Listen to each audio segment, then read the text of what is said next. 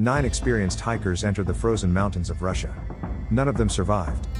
Their tent was found standing, but sliced open from the inside. They ran into the night barefoot, without coats, in temperatures below -30 degrees Celsius. Some died frozen.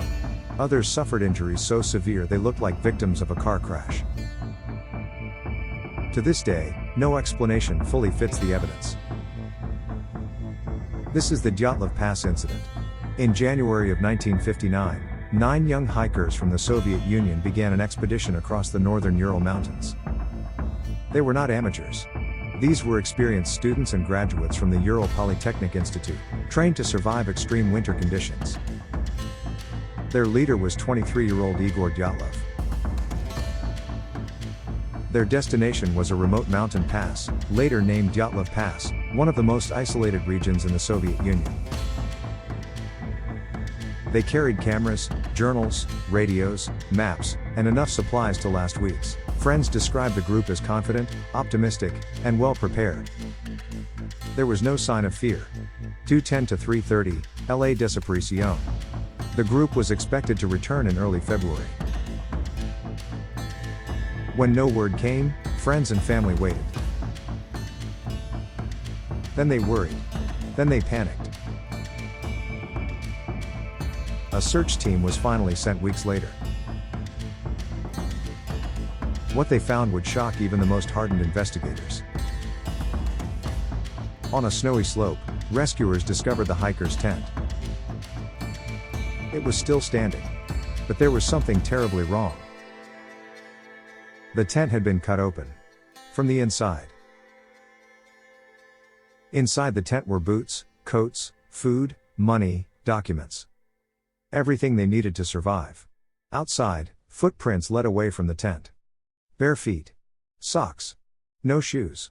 The footprints showed no signs of struggle, just calm steps into the freezing darkness. The first 2 bodies were found near a tree line.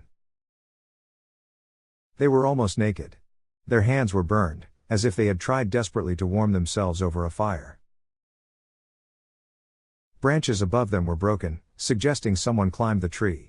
Or fell from it. Between the tree and the tent, 3 more bodies were discovered. Frozen in positions that suggested panic. One appeared to be crawling back toward the tent. They never made it. Months later, after the snow began to melt, searchers found the remaining 4 hikers in a ravine. This is where the case turned from tragic to inexplicable.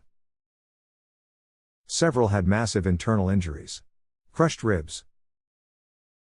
Severe skull fractures. But almost no external wounds.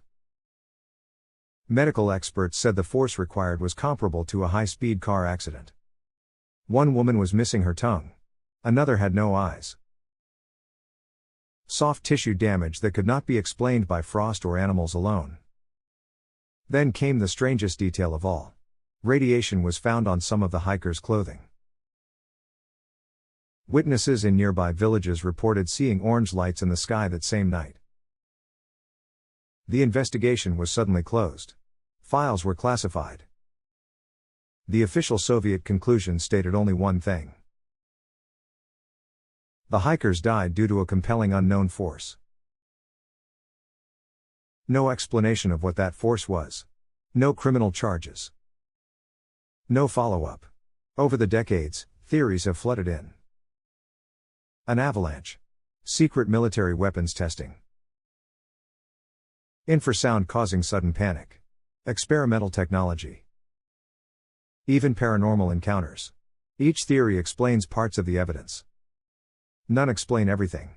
Why cut the tent from the inside? Why leave shoes behind? Why injuries without external trauma?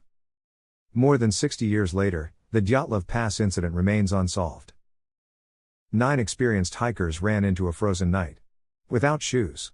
Without coats. From a tent they destroyed themselves. Whatever happened that night terrified them more than the cold. What do you think really happened? Leave your theory in the comments. This mystery still has no explanation.